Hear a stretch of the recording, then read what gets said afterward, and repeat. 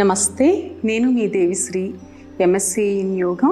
ఇప్పుడు మనం భ్రామరి ప్రాణాయామ ఏ విధంగా చేయాలో చూద్దాము. భ్రామరి ప్రాణాయామ కోసం ఏదైనా ధ్యాన స్థితిని ఎంచుకొని కూర్చోండి. ఈ యొక్క ధ్యాన స్థితిలో థమ్ ఫింగర్ తీసుకుంటున్నాను చూడండి, ఇలా ఇయర్స్లో ఉంచేసేయండి.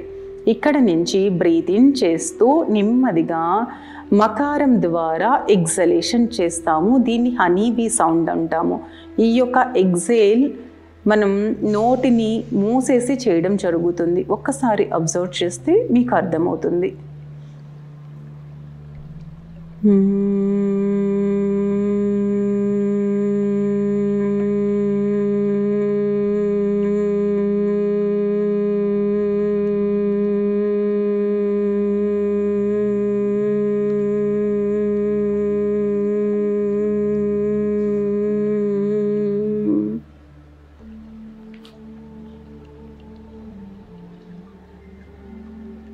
ఇలా ఎంత టైం చేయాలి అంటే ఇది కంప్లీట్లీ మీ యొక్క లంగ్ కెపాసిటీ మీద ఆధారపడి ఉంటుంది.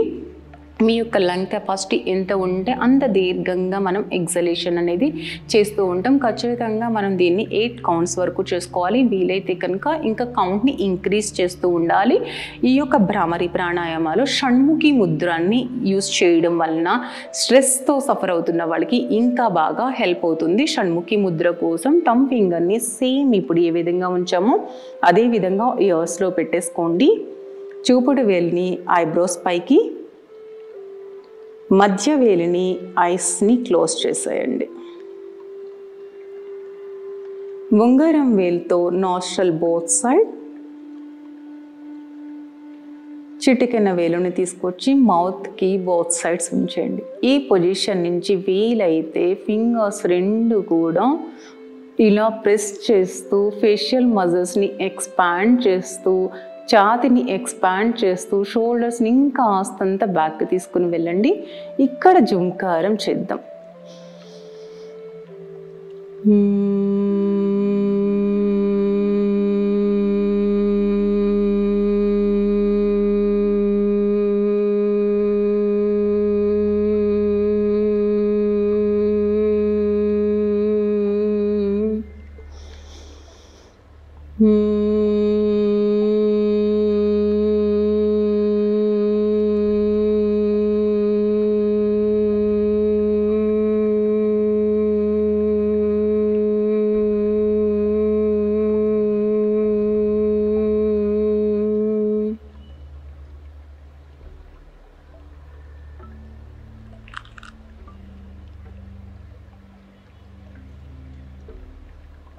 ఈ భ్రామరి తర్వాత మెడిటేషన్ చేసుకుంటే అద్భుతంగా అనిపిస్తుంది. చాలా రిలాక్స్ అయినట్టు ఫీలింగ్ అనేది వస్తుంది. కేవలం యాంగ్జైటీతో ఉన్న వాళ్ళే కాదు, ఎవరైనా కానీ వర్క్ ప్రెషర్తో ఉన్నప్పుడు కానీ లేదంటే నార్మల్గా కూడా ఈ యొక్క ప్రాణాయామ చేసుకుంటే బ్రెయిన్ చాలా రిలాక్స్గా అనిపిస్తుంది. ఫీలింగ్ చాలా మంచిగా అనిపిస్తుంది. అలాగే ఫేషియల్ మజిల్స్ అన్నిటికీ కూడా షణ్ముఖి ముద్ర చాలా బాగా హెల్ప్ అవుతుంది. ఎక్కడైతే ఈ మ్యూకస్ లేయర్స్ ఉంటాయో అవన్నీ కూడా క్లియర్ అవుతుంది.